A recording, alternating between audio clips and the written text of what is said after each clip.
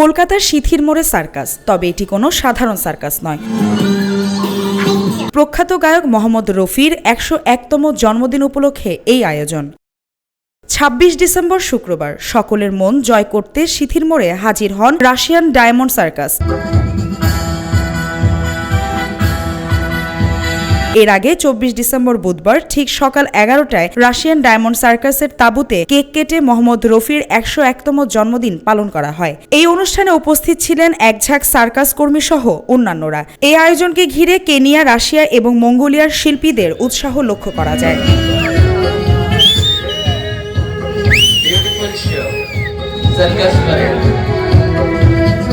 সিথির মোড়ে এই সার্কাস শুরু হয় ১৪ ডিসেম্বর থেকে। আর শীতের মৌসুমে সার্কাস মানেই কলকাতার বিভিন্ন ময়দানে জমজমাট আসর।